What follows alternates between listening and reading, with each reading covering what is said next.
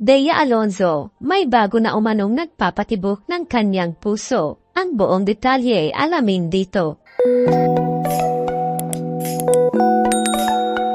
Makalipas ang ilang buwan, isiniwalat ng Ngayay Kapuso star na si Bea Alonzo kung sino talaga ang unang nakipaghiwalay sa kanilang dalawa ni Dominic Roque. Ayon sa kanyang naging panayam nito lamang Huwebes, June 13, nilinaw ni Bea sa publiko ang mga espekulasyon ng karamihan na siya umano ang nakipaghiwalay kay Dominic. Saad nito, "Hindi ako ang nakipag-break. Let's leave it in the past. It's amicable. Okay naman kami. I think it will be disrespectful to the relationship and to the other person to talk about it. It's a very sensitive topic and gusto kong bigyan ng respeto at gusto kong iwan sa magandang paraan what we had." Pinili na lamang ni Bea na huwag nang idetalye ang dahilan alang-alang sa nakaraan ng relasyon nila at bilang paggalang na rin sa dati nitong kasintahan. Hindi na umano dapat pag-usapan pa ang mga detalye ukol dito. Nagkahiwalay naman daw sila ng maayos at magkaibigan na lamang ang mga ito.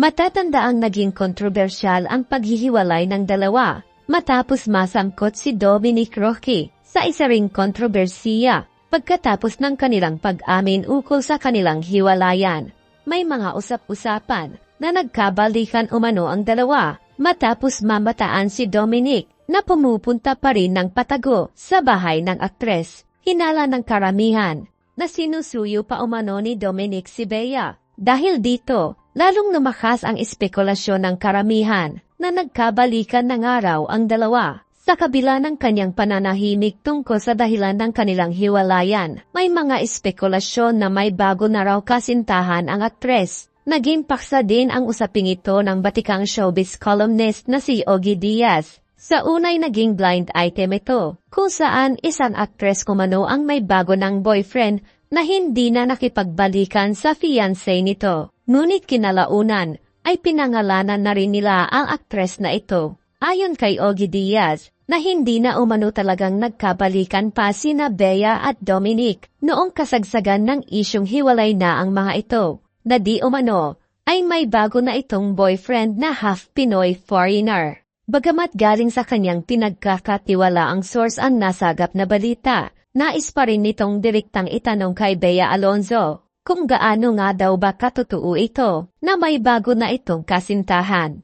Ibig ng mga host na manggaling mismo kay Bea ang katotohanan ukol dito. Matatanda ang kinasuhan ng aktres na si Bea Alonzo si Ogie Diaz ng kasong libel, kung kaya't may atubili ang mga itong magsalita. Saad naman ni Ogie na hindi libelos ang kanilang tinatalakay, kundi isang magandang balita para sa aktres na si Bea. Ganun pa man, maraming mga netizens ang nagtataka kung sino nga ba sa kanila ang may kasalanan sa kanilang hiwalayan.